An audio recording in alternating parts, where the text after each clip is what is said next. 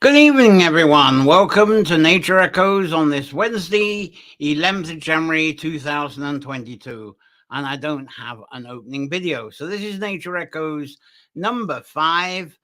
So thank you very much for joining me. This is our weekly time of echoing news, stories, poetry, and art, and all connected to nature folklore, the holy wells, and our precious water, woodlands, wildlife. So it's hail, hail, whole, and holy good health for you all today, this evening, whatever time it is where you are. Now, through this edition, we're going to share, like to get your contributions on this, thoughts about divination at this time of the year. And I'm going to ramble on a bit about my family background with this, because this was a very important thing for them to do at this time. And anyway, to let you know, just make sure everything, looks like everything's working fine. And this Nature Echoes Live is, it's coming from the Growing Nature Folklore Video Library, and that's free of adverts, and there's other services. And this is all brought to you by the kind support by subscribers, and some of you subscribers will be watching live this evening, and there's the link there to subscribe to the Patreon, where I'm building up the video library now. To subscribe is just £1, euro, or $1 or more per month, and you get access to this building library. And your subscription, though seemingly small, because it's collective, it goes a long way towards keeping this show afloat and keeping the library afloat as well, because I have to pay subscriptions for that as well. If you don't like subscribing through Patreon, please message me. I've actually got an alternative. So I've got alternatives, and one of them I'm going to be talking to you about a little bit later. And another thing, we got a free giveaway. Made a complete mess of that last week, and it's a draw for you live viewers. And I've got it back this evening, and I've tested it, and it does work. Well, it was working. I was testing. So that's going to be exciting. You'll actually see the thing operating. We had prize winners last week, but they didn't see what was going on. All you have to do, and I'll bring this up on the screen to take part, and you can start submitting at any time. Where it is, it's the hashtag art. There you go, hashtag art. You can type that any time, and whenever you make a comment or ask a question, put hashtag art at the end of it. And what I'm giving away this evening as the prize, very much self-promotion. Sorry, it's going to get hidden by the green screen because it's got a green cover. But it's a copy of my Bathing in the Phase Breath book, because there's a lot of Om in that, and a bit of Om divination as well as stories. And it's a pretty big book. So there's 300 pages in it. So it's great value. That's going to be the giveaway later on. As I say, all you have to do is put in that, have I got it up? Hashtag art. And that's all you have to do at any time during this show, and put it in with your comments. And also, you can only put it in once. If you try multiple times, it picks it up once and puts you into the entry. And that's what it is. So let's see who the early birds are who's joined us this lovely evening. We've got someone commenting here. There's Claire is here, which is wonderful. And she says, I love the photo behind you, John. Looking forward to great stories. Yes, it's a picture of various forms of divination tools in the background. It's a lovely picture. And it's funny, when I used to go into family rooms, they'd have these drawing rooms and parlor rooms. Quite often, that's exactly what it would look like when you go into them, especially with great aunts and uncles. So I was kind of really brought up with that quite a bit. Anyway, I'm going to talk about a few things before I get on to talking about the divination, because one thing I've been busy with, and I haven't put the link up. I should have put it up. But has anybody heard of Substack? Substack It's a lovely service. I was actually had various writers write to me and said, "Why aren't you on Substack?"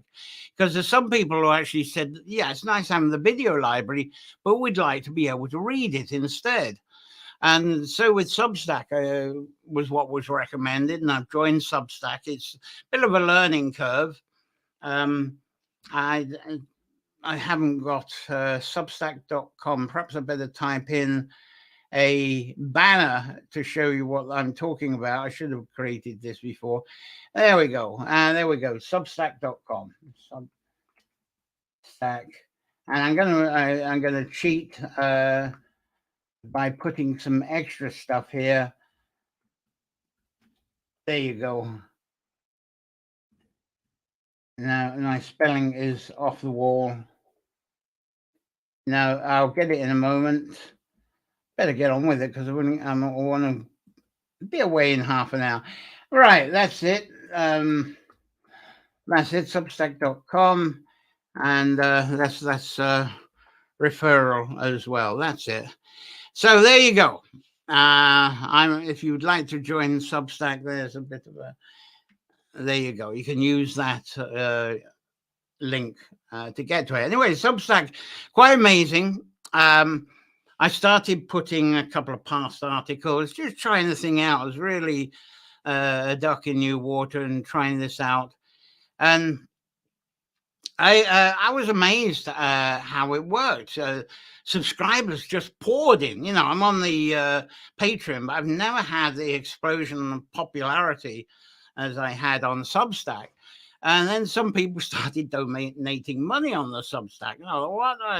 I'm just going to fool around with this and fool around with it with the free service. And I thought maybe in a year's time I'll bring in the paid subscriptions. Oh no, the donations came in. I thought, oh goodness, I better do a paid service. Now, what I'm going to be doing with this is it can take multiple media. People have asked for the articles, so I'm going to put the articles with the text and photos. I'm going to restart the podcast. The videos that I've been putting up on the video library on the Patreon, people have been writing to me and said, oh, could I have the audio of that as a podcast? So I'm going to put the podcast up onto the Substack as well. And I'm actually going to be putting the videos up there as well, because the one thing about Substack, some people don't like using PayPal, which is what you pay with the Patreon. Substack, they use Stripe. And so people will have the option. Now, for you, those of you, this sounds confusing now, but those of you who are lovely Patreon subscribers, I'll be contacting individually because I can actually offer you guest subscriptions to Substack. So you get the whole lot under your payment for Patreon. You won't have to pay anything extra. With Substack, it doesn't work in reverse, but you won't need it because all of my media will be on the Substack. Now, ideally, it sounds like I could transfer everything from Patreon to Substack, but no, that's going to take a year or two. The Patreon's still going to be lively, and one of the things is I'm going to be holding the workshops through Patreon for a while anyway. But yeah, Substack is going to really open things up. I'm going to be talking and sending leads to this over the next few weeks as I discover more and build up the text library. But for you people who are saying, well, I'd like the videos in a text form, I'd like the videos in a podcast form, Substack is going to be there. And if you want to know where to subscribe on that, go to excuse me, go to naturefolklore.com. You'll see the Substack as one of the titles there. Go there and subscribe and see how that works for yourself. So I think that's as much as I'll say on the Substack. As I say, it's going to be a wonderful collection place because each time I put a video up onto the Patreon, I'm actually going to be extracting audio and the text and photos. And then every Sunday, the whole lot goes up every Sunday onto Substack. And as I say, those of you who are on Patreon, I will approach you and ask if I can put your give you a free membership on the Substack. New people will be paying like they do on the Patreon, but you'll get the whole lot, because I don't want you paying 2 subscriptions, basically. Anyway, it's enough to be talking about that. I said last week I'm going to be holding an Inbold workshop at the end of this month, because of the work I've been doing on the Substack and setting that up and other jobs.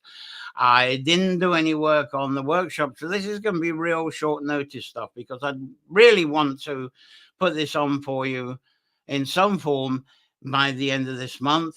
It's going to be available for the Nature Folklore subscribers on the partner level, which is the €3, $3, £3 a month or more. And we'll go into the more of an in-depth of the Imbolg. Now, another big surprise is this has been a lovely week for surprises, because not only from the Substack, I had this unexpected wave of subscribers. And what it was subscribers who are not on social media. But me being on Substack attracted to people that I used to know years ago. They've actually avoided Facebook, Instagram, Twitter, all that stuff. But they picked up I was on the Substack. So they came along and absolutely, they love the way that we've made this reunion. Another thing that's come through that is an offer of doing a gig. I was vaguely thinking about that and talking about this with Claire, but it's quite close. But it's in Carrick-on-Shannon. It's going to be in the dock. It's going to be sometime in March, and I've been asked to actually present one of the nature folklore themes that I do. And it seems that the favorite they want is the introduction to Ogham. So anyway, I haven't got the full details of the app. It's going to be in March. So I think, goodness, I got to actually set up being able to do a gig. And it's easy to transfer the stuff that I've been putting on video onto Patreon. There are slides, there are pictures, and I can easily transfer that into a gig situation and talk about them. It's years since I've done that, and I really enjoyed doing it, but I didn't expect to do that. So if any of you would like me to come along to you in Ireland, really, unfortunately, maybe we can wangle other places in Europe, approach me and see what we can do. But if you would like me to actually present to a group of you, doesn't matter if it's small venue, house concerts is fantastic. We love those. But present one of these subjects that's in the season that you hold the gig. And if Claire's available, and then I'm sure she'd love to come along with the harps and with songs as well. I haven't talked to Claire with this, but I'm sure she'd be absolutely delighted to have this combination whenever we can do it. So I'm quite excited about that. Again, it was unexpected. So I'm starting to look in the idea of nature folklore gigs if they're being offered, and I invite you to offer. No, I can't get to North America. Claire might be able to, as due course, not me at the moment. But anyway, gigs is a thing. Right, divination. Actually, I think I bet, has anybody got any comments there? I'm actually off the, this is one of these episodes where I'm talking off the cuff. I didn't prepare anything for tonight at all. But what I'm going to do, because I haven't prepared anything, I put an introduction to divination on Substack, and I think the best thing I can do, rather than try and be totally impromptu as I am at the moment, I think I'm going to actually read it to you. This is the article that I've done, and I'm going to try and bring in some pictures with this as well. To kind of make this interesting. Anyway, as I say, I'm including divination subjects in nature folklore through this January, maybe the beginning of February, but we got the Imbolg coming up, so that will be taking over. And February, I'll be talking about water traditions. But divinations of various forms, they were quite a family tradition with my own family, and especially when I was younger, that I was kind of almost born into this, really. And so much of the content I shared through this article I put on the Substack, and it's on the video as well. Those of you I think if I put it up, yes, I have put it up in the video library on Patreon as well. But the content I share in the article is memories of what my immediate ancestors, what they lived with, and what they were involved with. And added to this is what I've discovered myself that was motivated and inspired by ways of earlier family people. Now, I'm not a Celtic or Irish Studies University scholar, and I'm not very book read either, really. But sometimes I'm actually a person that university scholars want to interview. And if they don't interview me, they send their surveys for me to fill in. And when this is done, the student's conclusion, it's gone both ways with what I share with them.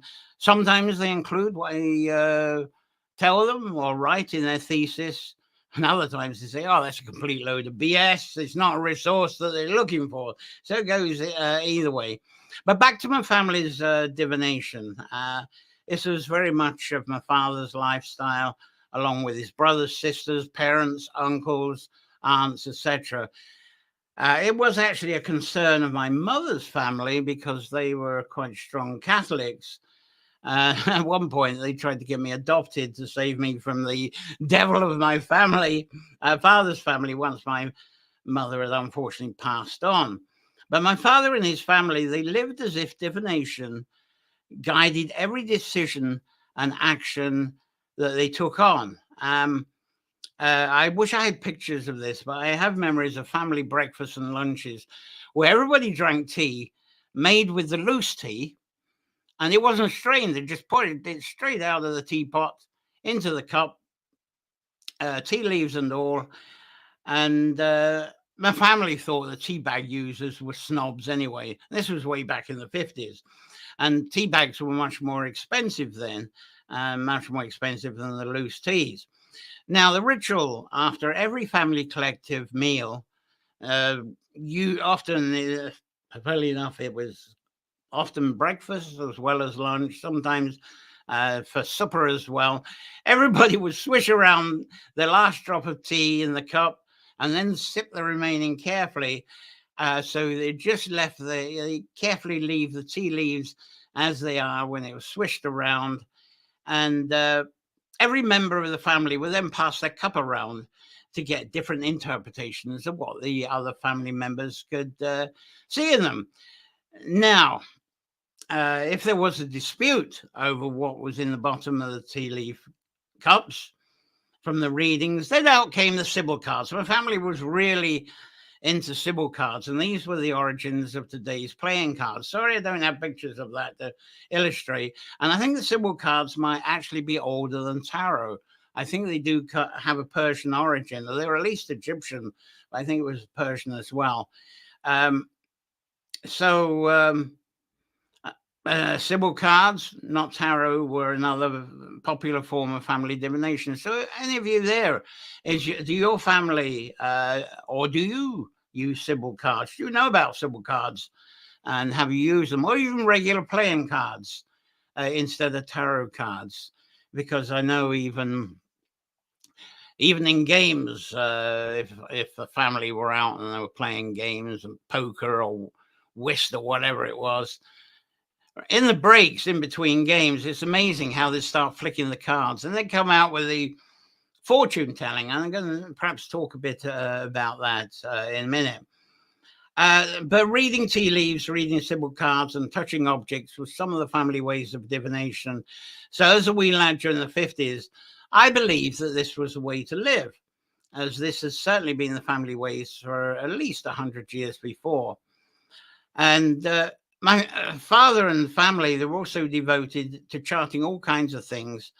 And so I became very enthusiastic even from 5 years old, using pencils and rulers, compasses, protractors, all that type of stuff. And I was actually drawing up astrology charts by the time I was 7 and water navigation charts before I was 10.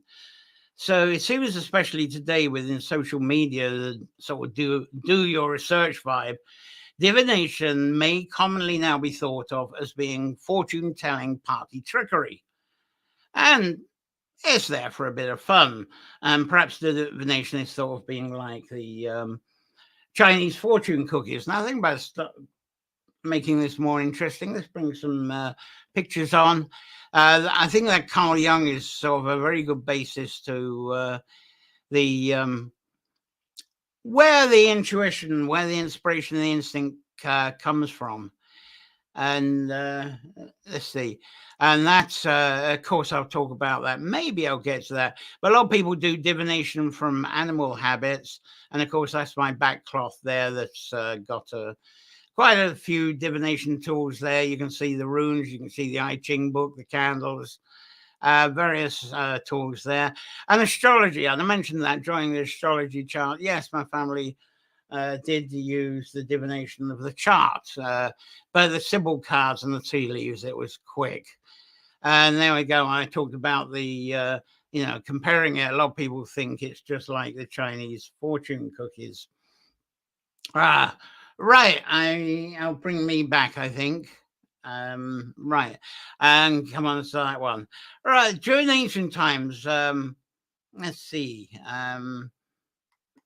Right. Okay. I found a button that I didn't really work. Anyway, in ancient times, before humans were blessed with what we have now is shared science, democracy, rights, books, legislation.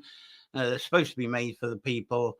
And divination, before this came along into our culture, divination seemed to be the most used and most serious guidance for humans and our relationship with all living things. So divination still is for many rural people around the world. It's still there. It's important because they haven't learned to read yet.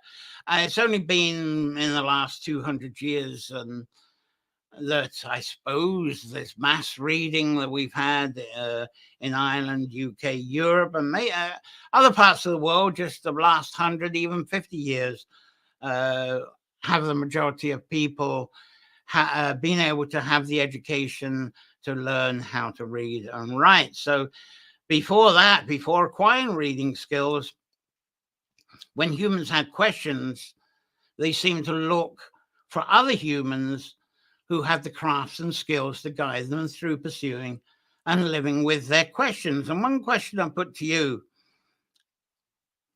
is, what do you do for divination? Let's see something in comments from you. What do you do with divination, even if you're watching this as an archive? And do you actually know if you're actually following a divination craft, or is it just fortune telling? And I did show the astrology there. One example of this question is when we go to the astrology, let's get the picture back up again. Is that the picture? No. There we go. Let's go back a bit.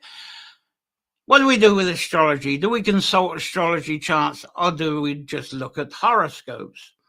Now, divination has been, and it still is applied within crafts of therapy and medicine, such as using dowsing for disease, and acupuncture is a kind of divination, really, and so is homeopathy in its backgrounds. And those are examples of crafts that commenced with divination. Now, let's think about the allopathic trained doctors. This is kind of an important thing, I think. This is something I sort of bugs me at the moment. More and more, I get frustrated with how general practitioners, you go to see them these days, and they seem to be becoming more and more like Google doctors. Do you find this as well, like me, that allopathic trained doctors work best when they actually dare to mix in their intuition, their experiences, their hunches, and their instinctive perceptions? Sadly, I think it seems that less doctors do this now because one of the things is they fear that they'll get sued for being witch doctors, I suppose. Now, to compare fortune telling with divination, fortune telling seems to be more personal, I believe. And I feel that fortune telling can be riddled with very demanding expectations. And it seems that the fortune tellers, that they're actually more popular these days than the people who are devoted to connecting, caring, and being therapeutic as diviners. So the fortune tellers, they seem to be much higher paid as well. Now, people seem to become, this is a concern I have, is how people seem to become addicted to fortune tellers because they return to them over and over again to get their quick prediction fix. So my own thoughts about this is that divination can actually be good, valuable, and useful counseling guidance for us, but compare that to fortune telling, which is really quite dictating, can be, because it tells people, the fortune tellers are there often telling people what they want to feel, what they want to believe. So I feel that divination is a wonderful tool for stirring up and clarifying our cloudy imagination and inner visions. And divination, it can successfully mentor us to surface our visions so that visions become actual revelations of our own contemplations. And we do this by ourselves. The diviners are like mediums, the people we can feel comfortable with, and they're kind of psychically guiding us. So divination can often involve and present itself as storytelling therapy. That's a very good example, a kind of prophecy of the present, and that steps us comfortably and smoothly into the next chapter with seamless transition. If any of you have been to a storytelling, say from Tony Cookson, he is a real master at that. One example of that. But fortune telling, I interpret as being very personal, sometimes selfish, and pursued by, fortune tellers. It seems to be looked for by clients who've got an intense hunger and longing to feel a belonging. So fortune telling seems to be about looking for a magical, happily ever after solution to situations. And I feel that can be very addictive as the clients submit to the spells and enchantments of the fortune teller's words. Anyway, I should have some pictures on this. Sorry, I haven't got lined up the pictures properly on this, but let's see what I got on this. There we go. That's someone looking for help there. I believe that is across my heart, palm with silver. It's all very Victorian on that. And that picture I brought up, that's that's divination. Divination, that's something that's told to you that gives you the images, and you kind of assemble these images, you put synthesis to them, and out of it comes like a story. It's a personal divination, comes from your inspiration, and it's like a prophecy of your present, showing you what the next page is. And one thing, I was talking about Substack. Why not write it down and put it down as a Substack? That's one of the things you can do. But there we go. There's the fortune teller. There's crossman palms and so on. I think that's what people can become addicted to, rather than actually look for a divination medium and guide. Oh, this is something. That's my illustration of a prophet. I wonder if I got time to talk about prophets, because that's fascinating. Do butt in here. I see there's no comments actually coming this evening, and not even people saying who they are and where they are from. You're very quiet this evening on the live show. And how do you do divination? What are your divination crafts? Is it something you do through this month instead of it's kind of anti-resolution, isn't it? Instead of making your resolutions, why not establish something that you can manifest this year, rather than stop doing something? And I think that's where the divination can help, and why it's quite popular. So please put in your comments. How do you go about divination? What do you consult? What's very passionate to you? Do you read the tea leaves? Is it the tarot? Or there's a few other things I was going to show you pictures that certainly related to family. Let's see. I had the prophet thing. Let's see. Dreams, interpretation of dreams. Is that something you write down, where you got the actual dreams and use that as a guidance? Now, this is an important one. It's in the article, but I'm going to try and talk to you off the cuff on this one. One thing Now, I'm actually going to go through the article. Sorry, I'm doing. There's a bit in the article I'd like to talk about leading up to that, because in ancient times, the people that are carriers of divination, visions, today we might even call them prophets, and what they're sharing and carrying is prophecy. And there are words from the Greek and maybe earlier Minoan culture that seem to come from words around. I should have the spelling out, but one is prophesein, Prophesein. So prophesein. And that's from Greek, and as I say, possibly came from the Minoan. It describes the knowing and telling of something in the advance of it happening. Now, prophet actually also comes from the words around propheties, again from Greece, Minoan. And prophecies is describing a person who's actually speaking of future events, future conditions, and situations.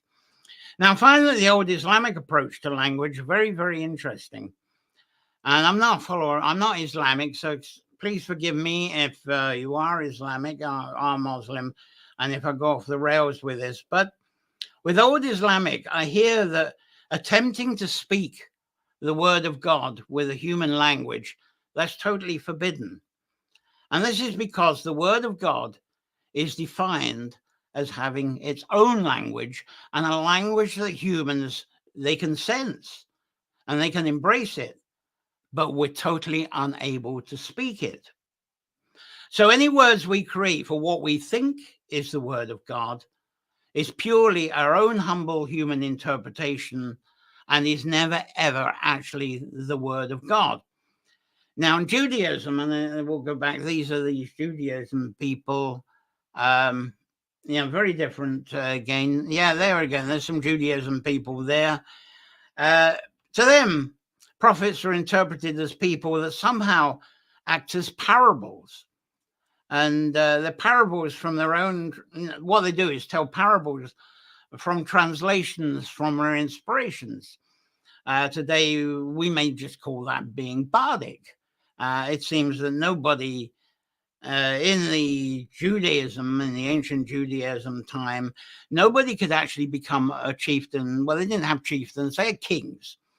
And nobody could become a king of the Jews or in Judaism culture without first having the ability to write parables and also to be able to play and sing music and share their parable prophecies with the people.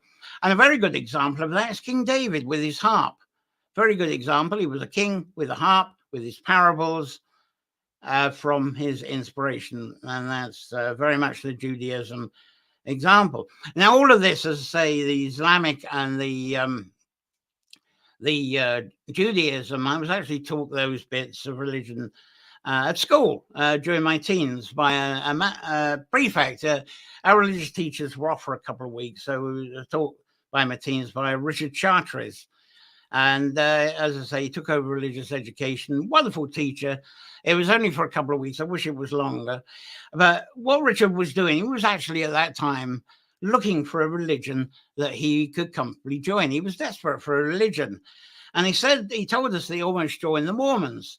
But he was put off when one of the door-to-door missionaries that came to his house told him that heaven had filled up by 1936. So that was the end of that.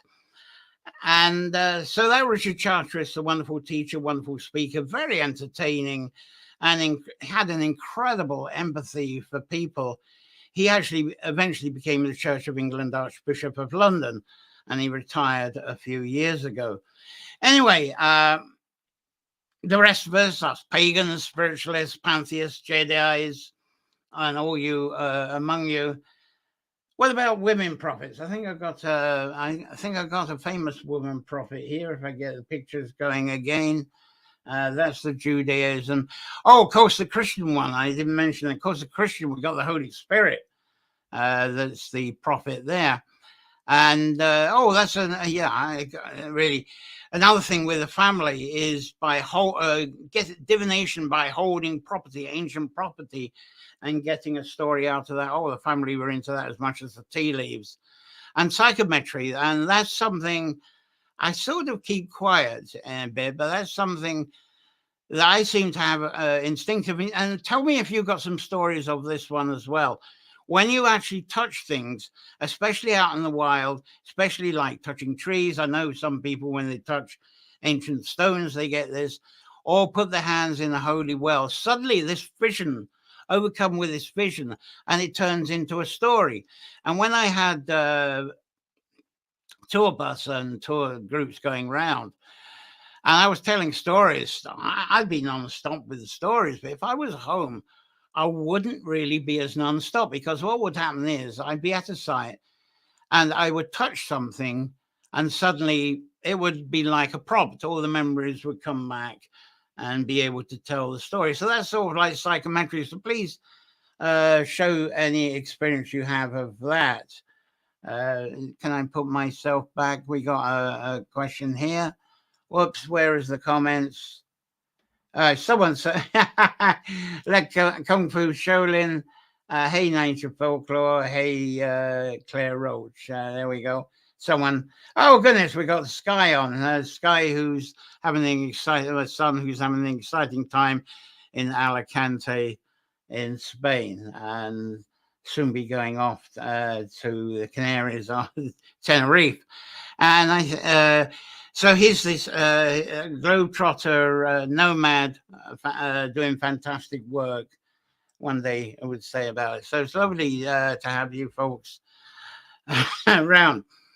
So, right, I was just saying, women, as I'm doing this off the cuff, as I say. Let's get back to what I got on the photos here. Oh, that's another one. People might be familiar with the group. Should we go in somewhere like the Kesh Caves, or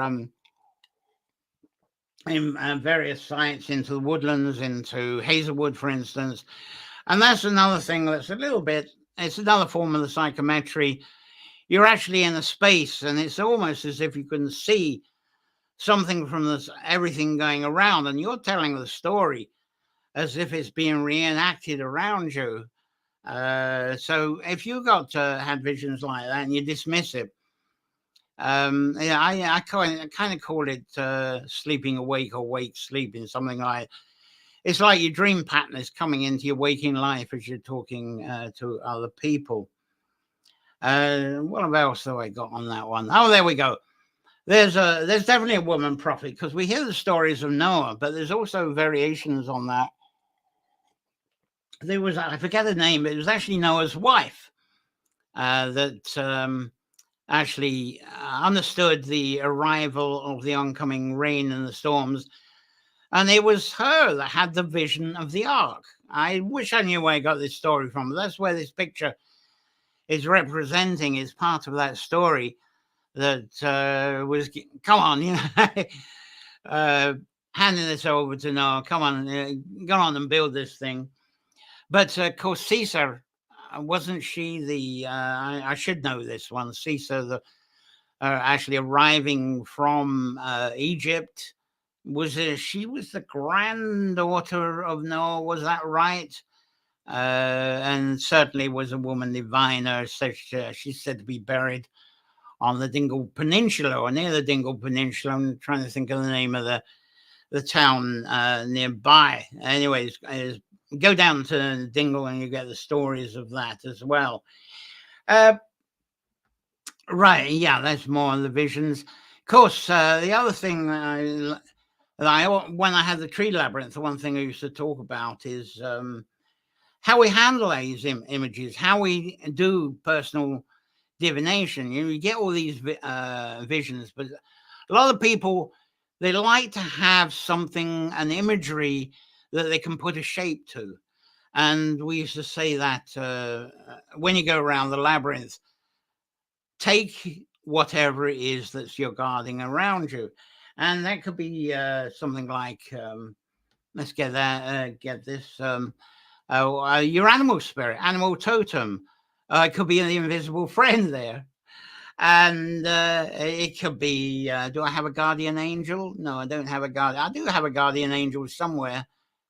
No, I didn't put the guardian angel picture up. But anyway, As I say, it could be your guardian angel, visible friends, even pukas. Was that a puka? No, it wasn't a puka. That was something else. All right, I am really sort of gone on the half an hour. As I say, if you want to read the rest of that, go to Substack. Nature Folklore on Substack. It's I think it's Substack. Yeah, it's naturefolklore.substack.com. I should have written it in naturefolklore.substack.com, and you'll get the rest of that and various other articles. So, how is there people? Yeah, there's loads of you here. So, how about us going on with the? I'll go back to the main thing. How about us running the draw? And as I say, for the draw, the bathing in the phase breath, a copy of that is what's you doing. Sorry, I haven't got any live interviews. I'm going to have guests. A lot of them I did ask to appear today. Hopefully I'll get some pre-recorded videos done in the next week, and then we'll start getting the live guests on from next Wednesday. So let's get on with the draw. There we go. I explain it again. The cat's appearing. Just anywhere in comments, or just put that in the hash art and get the comments flowing. Don't be shy. And it is for a copy. If you've already got a copy of Bathing in the Phase Breath, you can give it as a present. I'll have it signed. Sorry, I haven't got the full. It's a green screen getting in the way because it's got a green cover. That's very practical. Does it work if I put it on the front of my blue shirt? There we go. Okay. Bathing in Phase Breath. Let's see if anybody's right. I'll start. Right. Get your comments in now. Sorry, I should have switched that on earlier. It's me bragging. So it's live and ready to go, and do that with your comments. If you've already put a comment, put it in already, because I didn't really throw it in. What comment have we got here? Lovely as always. Yeah, you're getting your comments in now, and I'm going to bring this time. This is what didn't happen last time. There you go. Keep the thing going. I don't know why we're not got a full screen on that one. Let's see if we can get more entries than that. Lovely as always. Andrea Rose is here. Thanks for sharing. Surely we'll have more than two, as I say. Hash art for a copy of Bathing in the Phase Breath. We'll be able to run it unless you've got more contestants in it. Go on, be brave. As I say, if you've got a copy, you can give it as a gift. It's over 300 pages. There's some divination stuff. There's stories. And that's all you have to do is hashtag art. Any more entries? There must be more entries. Come on. Is there more of you? Yeah, be brave. I can't run this competition on just two people. You know. There we go. Right, Davina, would you like to go for? I think you might not have it. Well, I'm just about running the draw for the book, a copy of my Bathing in the Phase Breath. You just put the hashtag art. We need some more contestants entry into that. It's a little bit of a flop. We had a lot of people enter it last week, but I ended up not running the competition too well. It didn't come up on the screen. So I give you a couple of minutes more on that one. As I say, hashtag art is, do you have to? Let's see if there's something in that article that's, yeah, I think I'm pretty much going to give you the main point, because next week it's water divination with water scrying, and for example, so I say very off the cup. Anybody anymore? There must be more than two hashtag art. I would hate to run this between a competition between two people. Hashtag art, running the draw in a moment. There we go. Let's put me at the side of this. And any questions you've got, what divination do you do? What have you done for January? Is there, maybe I should improve my prizes. We did have lovely prizes last week. The two wonderful books, and they've been sent off to the people, different people. Keep it. I think I will. I will scrap the competition. Thank you, Margaret. I think I will, and we'll give it another go next week. I will. I'll show you. It's funny. I didn't have the thing working. There won't be a prize winner on this, but I'm just going to show off how this actually works. So that's what actually happens. Oh, there's a few names in there.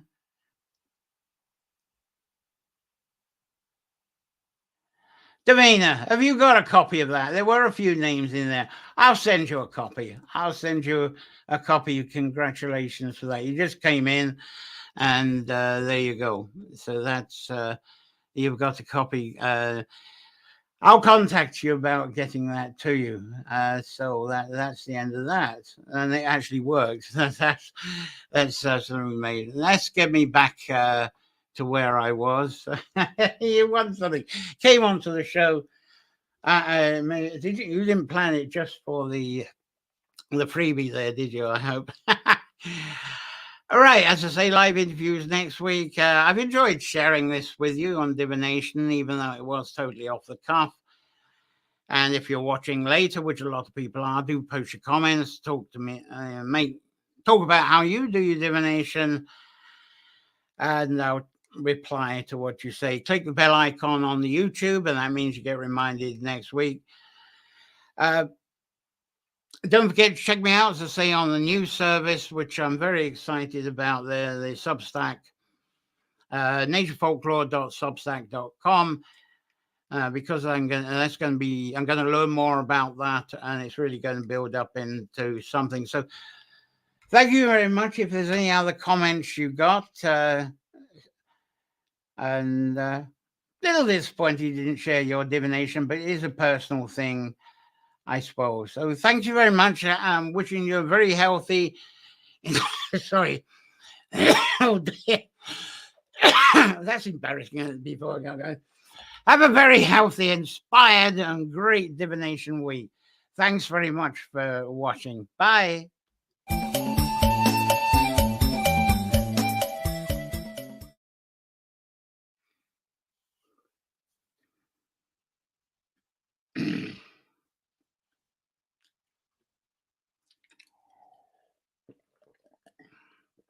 Mm-hmm.